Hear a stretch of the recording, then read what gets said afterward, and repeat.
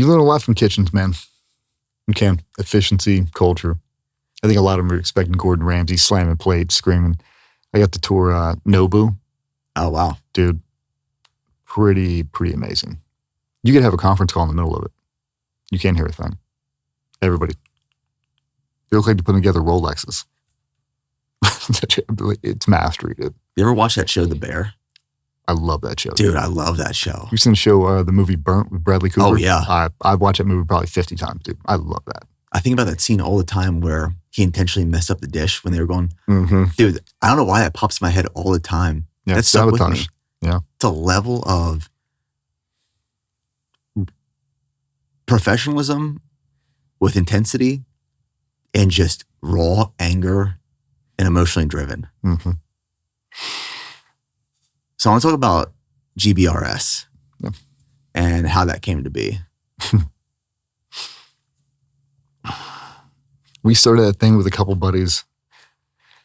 And me and Cole have been best friends for 20-something years now. Went to Bud together, Team 10 together, 3 deployments together, screen together. He went to a different squadron, but essentially the exact same career path. And we opened that thing up in 2019. I was supposed to contract with the agency. We had other guys doing stuff, military contracts. Cole was doing real estate. Everybody's doing fine. And a bunch of my buddies that were overseas kept getting shot. They were getting blown up. They were getting killed. And I had just gotten electrocuted. We were doing a skateboard thing, me and Cole. Davis just came on board. And he looked at me one day and he's like, why don't we just do our own thing? I was doing contracting. I was teaching the thing with the Air Force. And I loved doing it, but it wasn't consistent. Like, it wasn't giving me 180 days of work a year, which is what I needed to maintain functionality for the family, plus retirement, all that stuff. It wasn't consistent. So I was picking up jump contracts and still skydiving, still teaching, still throwing tandems, doing the whole thing. He's like, why don't we just do our own thing? I'm like what? So we'll just get a couple guys. We'll teach CQB, flat range. You can still jump. Like, we'll just do that. Okay, let's do that. And COVID slammed us. So we opened up a social media page, didn't know anything about it, never had an Instagram, didn't know how to do anything, opened that thing up and, started following a bunch of SWAT teams in the area. And right when we posted our first photos and videos, it started growing, started getting momentum. A bunch of guys started hitting us up. Hey, can you come down here? Can we train? Can we do CQB and flat range? Like, yeah. Boom, COVID, nothing. Oh my God, now what? We had a mentor we had met. We were in teams that he ran marketing for Nike, Adidas basketball, football, Beijing Olympics. I mean, a brand builder. Mm-hmm. He came down, gave us a crash course on how to build it, started selling soft goods. And that was a big thing. He's like, you got to start selling t-shirts and hats. I'm like, it's funny you say that. Everybody keeps asking us in the DMs, do you have t-shirts we can buy and hats? I'm like, why would you want a t-shirt and a hat? He said, with your logo on it. I'm like, no, man, it's just for us. He's like, we should sell them. I'm like, nah, we're good. Because it's that thing, in the team, like, we don't sell the patch. I don't post a picture of what it looks like very keep behind, close hold. And that's how we thought the brand needed to be. Exclusive, right? Like invite only type of stuff. Reserved. Very reserved. Like, my face was blurred. We never really said where we came from. The guys put 2 and 2 together, but you didn't want to come out and say it. I think a lot of that, fearing backlash from the community, really. You can't come out and be like, oh, we used to work at this unit. We did So try to stay away from that. And dude, he came down. We did our first run of t-shirts and they flash sold within minutes, seconds. Like, we thought the website crashed. Refreshed it. Big number, inventory's at 0. And you're like, oh my God. Okay, let's take all that money, let's buy more t-shirts. And we basically did that until COVID lifted and we could start training again.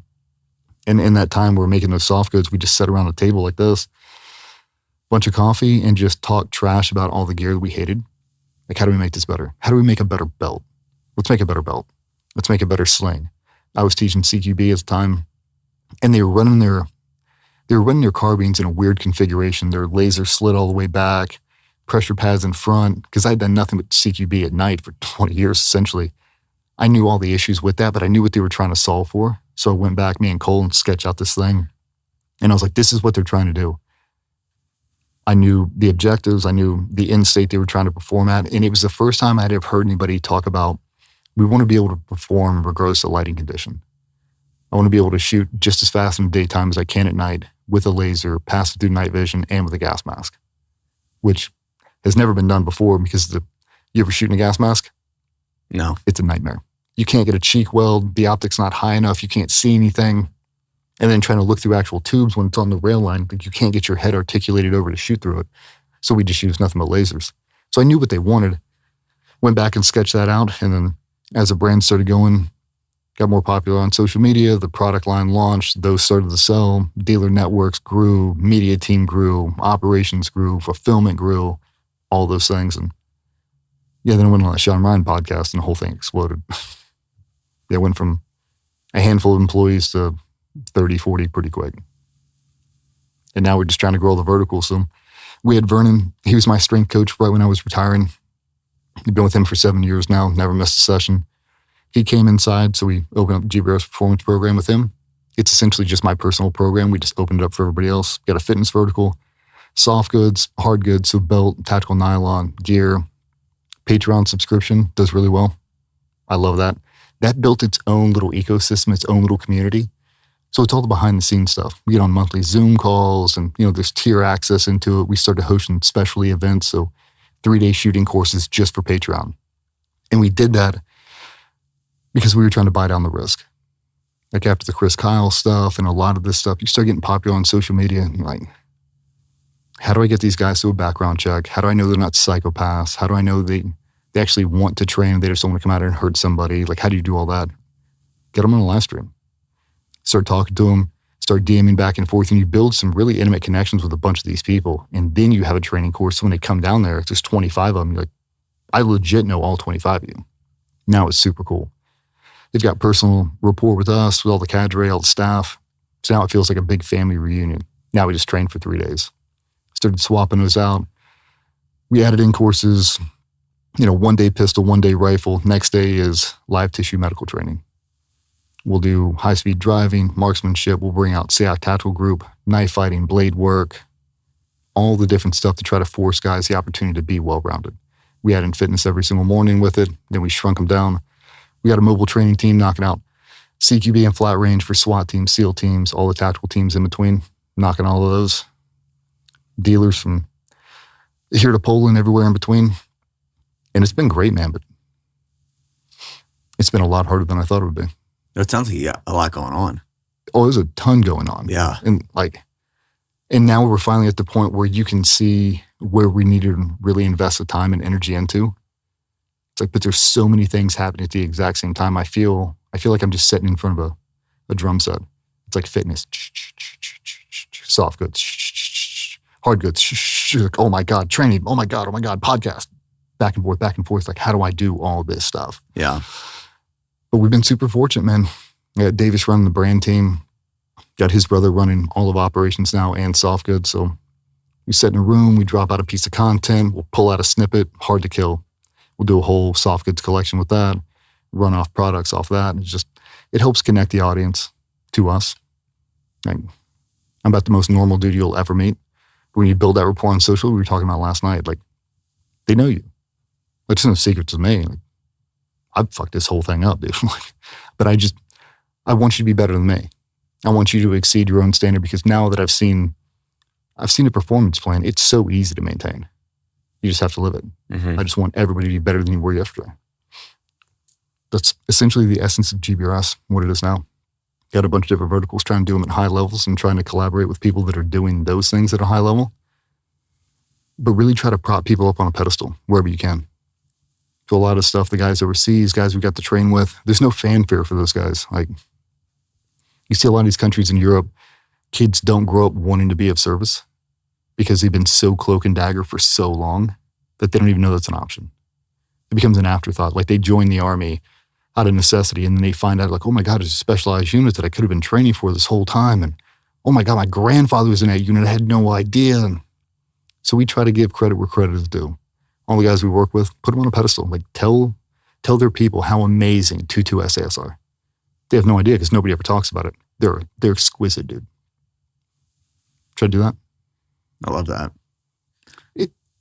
It's super cool. It's super humbling.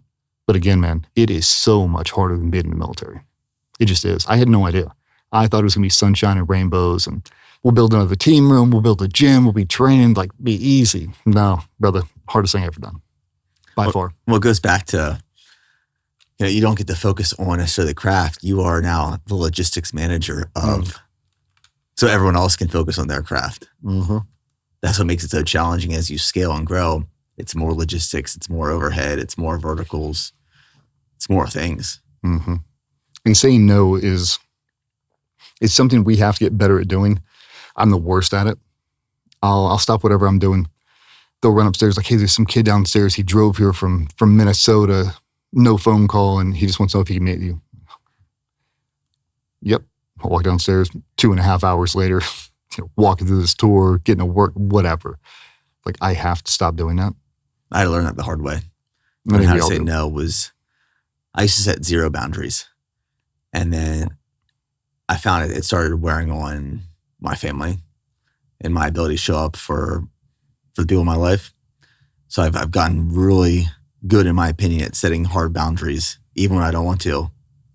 Like, as much as I want to say yes to this, I got to say no. And it's made a big difference. Even for us, like opportunities, everything sounds great. And you're like, oh, that sounds great. Let's do that. You don't really realize the logistics to pull that thing off. You're like, man, we dug ourselves in a hole with this one. Oh, yeah. Like, at what point do you go, this isn't even worth it? Just shoot it in the head and be done with it. You have a hard time. It's kind of like we were talking about last night. I heard there's this podcast. Have you heard of the Founders Podcast? Mm-hmm. David Senra. And I forget what founder he was talking about who said this. I think it was the guy who created this popular vacuum brand. And the guy referred to himself, this founder, as the anti-business billionaire. Because there's entrepreneurs, there's brand builders, and then there's business people. Mm-hmm. I'm not a business person. Me either. I'm a brand builder. I love bringing people together to go chase down a mission. I don't like looking at the numbers, or I don't care about the numbers. It's a feel. It's exactly how you described about walking into this building. Like, there's a feel. It either has it or it doesn't. And that's what keeps me in this fight. I'm a brand builder. I'm not a business person. Same. I've been saying that forever. And I think, we were talking about it last night. The issue trying to bring big corporate over is they don't understand it's a brand. Mm-hmm. Like, they look at it and it's like, well, you sell the most of this, so you're a product company. It's like, no, I'm not a product company. It's a brand. It's a culture. It's a cult. It can be whatever you want it to be, but it's not a product company. You can't look at it like it's a product company because there's so many intangibles with it. It just is. I'm here to change people's lives. I don't care about top line, bottom line. I don't care. I'm never chasing a number. And I think that's one of the reasons we've been so successful is we've been trying to be bought a bunch and not just actually bought like, hey, run this product exclusively. We'll pay you X amount of money. No. Why? Because I fucking hate that product. He's like, well, we'll pay you this much. I'm not chasing dollars, man. I'm not coin operated. And a lot of people in business hate that. They're like, well, so-and-so does it. I'm like, I don't care what so-and-so does. I'm not shooting it. I'm not wearing it. I'm not drinking it. I'm not smoking it. No. But we'll pay you money. I don't care about money. I care about a feeling. If I don't like it, and but it keeps you true, keeps you honest. And it helps you avoid a lot of stuff you normally wouldn't do. Me and Vernon were talking about it. Like, saw a picture, it was like Sofia Vergara holding a pair of Skechers. Gorgeous, right next to her face. Like, do you think she wears Skechers? No. Like, how much money would it cost you to wear that? I'm not, because I don't wear Skechers. I'm not going to. I'll give you $500,000 to do it. No. Everybody's got a price at some point, but I'm not going to tell you I wear that shoe and I don't. If you just want to take my photo holding it, yeah, maybe we'll talk about that. But I'll be completely honest. Some people can't understand that. Yeah. Like with this podcast, for example, we don't monetize this podcast. And we'll talk to people at these podcast networks. They're like, well, how much are you guys pulling in on this podcast? Like, oh, we don't monetize it. We don't run any ads. What do you mean you don't run any ads? Yeah, we don't run any ads. We don't monetize it. Well, then why do you do it? Well, we do it because it helps people and it provides value, which should be the reason they're doing it.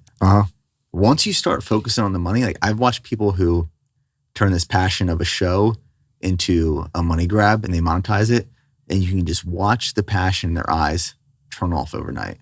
Mm-hmm. When you start chasing the dollar, it changes the whole mission of everything you're doing.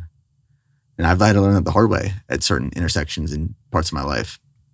And when you focus on the mission, you focus on the people, you focus on providing value, it all ends up working out in your favor. Same. Man, when you're starting out though, it's hard. Oh, it's so hard. Yeah, especially when you see true money coming in. Like, I mean, you talked about it. You're scraping by 20 grand a year for several years back to back. It's like, man, if I signed a $100,000 a year deal with this company, like you could change the face of the company. Nah, you become a slave to it. Mm-hmm. Like, I don't want to drink that. Like, oh, you owe me X amount of social posts a month. Like, oh, brother, we're not doing that. No, I'm not going to change the face of the company's social media so I can drink Coca-Cola. Brother, I'm not doing that. Yeah. No. But it keeps you true to yourself. It does. And that is like, that provides sustainability and longevity. Mm-hmm. You know, I started creating fitness content in 2014. The fitness industry was a whole lot different then. Mm-hmm. And a lot of the people that I started creating with back in 2014 aren't doing this stuff anymore. They sold out. Mm-hmm. They chased the dollar. Our growth was a whole lot slower. And I watched people early on fly by me and explode. I was, man, what am I doing wrong? And now I'm like, oh, what do we do right? Yeah. Just playing the long game. Playing the long game. But as I heard you describing the way you guys built GBRS last night at dinner, I related to a lot of that. Because a lot of the investments you make, a lot of the decisions, they don't make any financial sense. Mm-hmm. But like, you just have this gut intuition and feel of, this feels right. We're just going to keep depositing to what feels right in hopes that it pays off in the end. In most cases, it does. Sometimes you're going to miss, but you'll feel better about the way you build it. For sure. Yeah, I've been saying that forever, man. I'm not chasing a dollar amount, I'm chasing a feeling. Like, I want to wake up in the morning and just be so content with the work we've done, the lives we changed, the products we've made, the stories we've told, whatever. I want to wake up and go, this is now the true north. I wake up every day as a representative of this thing because I put it above myself. Mm-hmm. Makes you feel better, man. It's so hard when you're tied to it financially. Like, oh, I got these investors now. I got this. Like, I have to, man, I can't do this, man. What's the ROI? Well, we got a feeling like, brother, nope. We are in debt up to our eyeballs. Like, we have to have a true ROI established. You can't do one. How are you going to do it? The whole thing's based off a hunch, based off a gut feeling, off intuition, off experience, and all the intangibles that you can't quantify. So now you're not comfortable. Yeah, well, this is how it is. It's this tough balance of being financially responsible, but also not letting the data and the finances drive all of the decisions. And it's this dance. It's art and science. It's like, I have to just say no to certain things because if I said yes, it'd be financially irresponsible. But sometimes I say yes to things that make zero financial sense, but I know it's the right thing to do. Mm-hmm. But that's what makes visionaries and entrepreneurs and founders, It's that ability to take massive risk and being okay that none of it works out. It's hard to do when you're starting, though. God, dude. The stress level. Oh, I've made so many mistakes. I've lost so much money, but I never sweat any of it. It's part of it. Yeah, man. As long as you get revenue coming in, you can lose it here, you can lose it there. When you diversify the portfolio, like, you're good. Like, I can lean all in on this one thing. Oh, I didn't hit all the way. Okay. At least you tried it. Yeah. Do we really go all in? Yeah. Okay. Well, it's not working. Shoot it in the head, be done with it. Close it out. We've done that with, performance brands and all this other stuff too. And we're like, this just ain't working. Manufacturing's not there. The cut and sew's not there. Like, let's just be done with this. Cool. Kill it. Done. Next. Mm-hmm. A lot of people just hold on to it. It's a lot of ego pushes. Like, no, like, I'm going all in on this one thing. At a certain point, you have to realize it's not working. Make a different plan, dude. Let's go around the backside. Yeah, kill what's not working. Yeah. This isn't working anymore. Let's kill this. Let's do this. Yeah, be quick to pivot. Be nimble, quick to pivot. Well, I love what you guys are building. I love the way you're doing it. It's got a unique look and feel, very well branded. And I wish you guys massive continued success. You too, man. This is it's one of those things coming out here and saying it. You're always trying to chase someone. You're always looking for a mentor, a role model, or somebody a little bit further down the path than you. You can just see them turning the corner like, okay, I'm still going in the right direction. Coming here, it looks like that. Yeah, I was able to talk to the Gymshark crew a little bit a few weeks ago because we hosted our race at the ranch, and their chief brand officer was there, their creative director was there. I mean, they're on the way of doing $2 billion in revenue a year.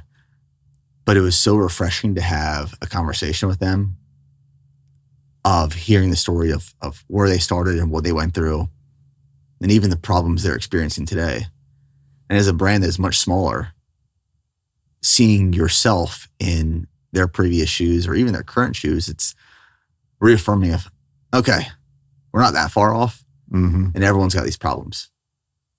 We have the opportunity to sit in the circle with some other founders of much larger brands than us. Huge. And I found that no matter what size you are, you go through the same problems. It's branding, it's people, it's marketing, it's new customer acquisition.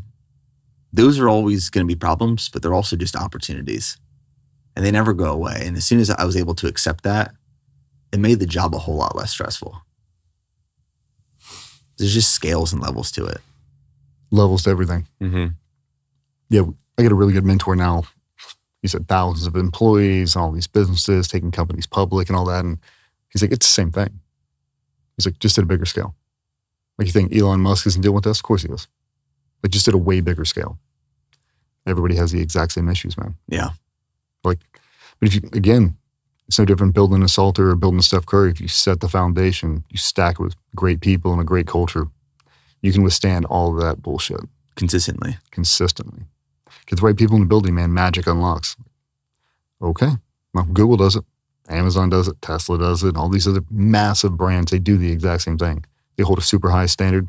They try to lock in all logistics, try to pack in the best performers in here and make them all row in the same direction. It's the same thing. Man, I'll tell you, when you're building that ship on the high seas, brother, it feels unsteady. Oh, completely. Like, I mean, completely. I don't know anything. Nothing. Like, none of this, we were talking about it last night at dinner, none of this is part of the plan. None of this. This is one massive pivot. We were supposed to be no more than 5 people. Essentially, 4 guys teaching CQB, jumping and shooting, maybe 1 person in finance. We were never going to do soft goods, never going to make products, never. No subscription. We were basically going to open up an Instagram. YouTube was an afterthought. Like, all that stuff. There's no business plan. We just keep pivoting. And commit to the pivot. Commit. If it's not working, kill it. Go around. I mean, that's what makes entrepreneurs successful. Yeah. The ability to pivot really hard, really fast when it's needed, instead of staying stuck and getting shot down. Yeah, I mean, we talked about it last night too. Like, so many people, they spend years crafting this amazing plan. I could have never done that. Never. I would have been so committed to the plan that if it wouldn't have worked, I just would have ran into the ground. It's almost better that, you know, you stepped in a ring with Mike Tyson, you just get smacked and you're like, okay, well, he's not killing me. I'm eventually just going to figure this thing out. It's like, I'm just trying to survive. And eventually it ends. You're like, I got a ton of experience from that beating. I'll be better prepared for the next one. Yeah. Better prepared for the next one. Like, okay, we weathered that storm. What's the next one? Oh man, what about this one? You just keep coming, dude. But no, it's great, man. You got an amazing facility. You got a sick team. Stoked on your success. And I appreciate you sharing it. Not a lot of people do. Like, they get in there, they build a massive brand, they do whatever, and they kind of just, they become a recluse. Like, they don't want to tell the story. They don't want to talk about their failures, their successes, all that stuff. It's just super nice to see. I appreciate it. And the fact you had a good transition out of the military. Good for you. Oh, thank you. Mine was terrible. I found that the failures are more fun to talk about than the successes. Because they're more relatable. Yeah. You come in here and it's like everybody expects everybody to be like Mr. Beast. Like, brother, it's significantly harder than you think. Absolutely. Well, DJ, I appreciate you, man. Yeah, man. I appreciate you. Looking forward to staying here today.